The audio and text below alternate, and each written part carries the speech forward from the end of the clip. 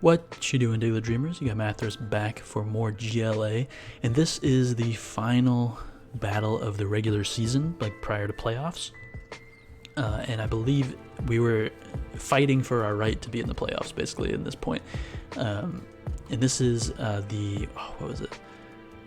Oh, it was a league, and this guy's name is Ian, and he's also Ladner, I don't know. He's Ian on the dock, and this is his team. This is my team. I forget the name of his league. Oh well, it's been a while. It's been a little while. It hasn't been that long since this one, but it's still been a little while. But yeah, let's get into this battle.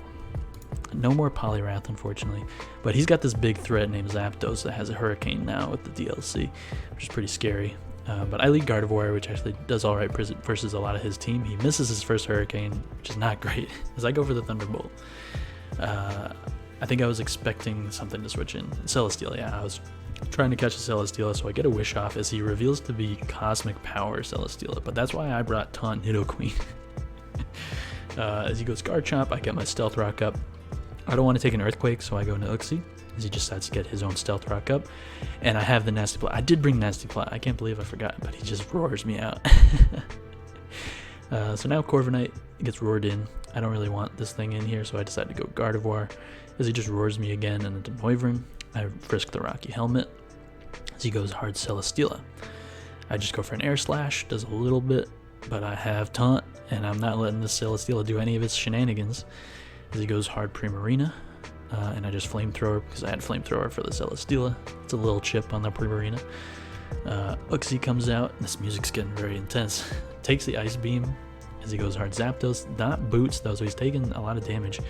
So I get a Thunderbolt off, but he is going to be able to outspeed me and Roost. But I'm just going to go for a Psychic that time since it's going to be doing more. But he's just roosting off all this damage. I'm just kind of fishing for a defense drop, I guess. I could go for a Nasty Plot, but on the turn that I go for a Nasty Plot, he roosts, and then on the following turn knocks me out. So I'm just trying to keep pressure up on his Zapdos, try to keep him damaged because he is Life Orb too.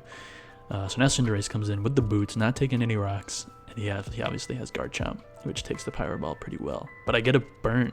Oh my god, I forgot about that. Very unfortunate for my opponent, but I do have Corviknight right here, which just comes in. Shouldn't really bother with this. This thing is Stealth Rock, Roar, Earthquake, and maybe another move. I can taunt it, no problem. I have taunt on 3 of my Pokemon, as he does reveal to be Fire Fang, and he does burn me, so, you know, tit for tat. I think this was a very unfortunate burn for me. But, you know, it's a pretty unfortunate burn for him. I don't think Fire Fang would have really been doing enough to my Corviknight to the point that the burn mattered. But I can taunt this Celesteela as he Flamethrowers, predicting the taunt very well. Corviknight's definitely still good versus his team, despite the burn. If I can get a bulk up going, like the burn won't matter at a certain point. As he decides to go Zapdos. And what did I do? I just roosted, yeah. Not a good position to be in, Corviknight versus Zapdos. So I go Gardevoir, and he probably roosts, yeah. Why not? But Gardevoir's in a pretty good spot as he misses another Hurricane. Jeez. Just start clicking buttons because I hit the Zapdos pretty hard. And even if he wants to go into Celesteela, like, what's the problem? Just Thunderbolted on the following turn as Hyper Voice is doing a little bit too much to the Zapdos, so he can't roost. And I actually make the prediction there that he would die to Life Orb and go for the Wish. So I protect as he Rock Polish. I was like, he's got to have Rock Polish. That's the only thing that Regice ever does. And indeed. But Cinderace takes this thing on. Like, Thunderbolt, like, that's the best thing it could do to me. So, Pyro Ball to hit this thing, and the burn also puts it in range of the next one. I did get a crit Pyro Ball, but I think 2 Pyro Balls would have, you know, done it. So Primarina comes out. I don't like this thing. It is choice specs. And the Hyper Voice being water type doesn't knock me out. So Regice comes in, I get a Air Slash off.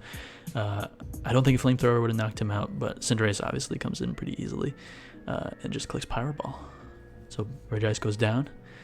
Primarina comes back in. I just U-turn out for a little chip damage. I mean, 20% for a resisted hit, that's not bad. Goes for another Hyper Voice, which does knock me out with a crit there. Unfortunate. But I have Nidoqueen, Nidoqueen, which is going to just click Thunderbolt at this point. Celesteela is not going to enjoy taking this. I'm going to taunt him regardless. Flash Cannon does a good amount, but not really enough.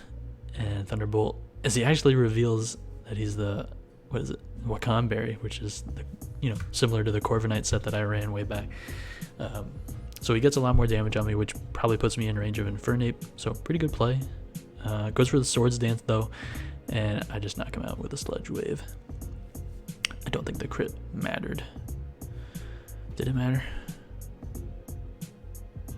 Yeah, I don't think it mattered.